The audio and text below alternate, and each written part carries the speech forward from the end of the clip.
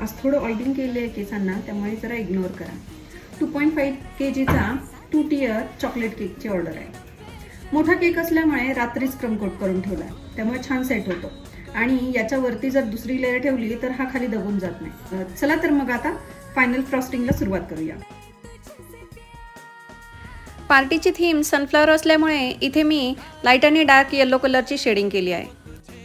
केकवर सनफ्लॉवर्स खूप मोठे दिसले असते, त्यामुळे मी इथे येलो कलरचं जरबिरा आणि ही छोटी येलो कलरची फुलं वापरली. पण ही येलो कलरची फुलं सनफ्लॉवरसारखी दिसत नव्हती, त्यामुळे त्याच्यावर ब्राऊन कलरने पेंट करून घेतलं. इथे मी फूड कलर वापरला आहे बरं का. थोडे रोजेट्स वगैरे काढून घेतले आणि त्यानंतर ही रिअल फ्लावर तिथे स्टिक करून घेतली.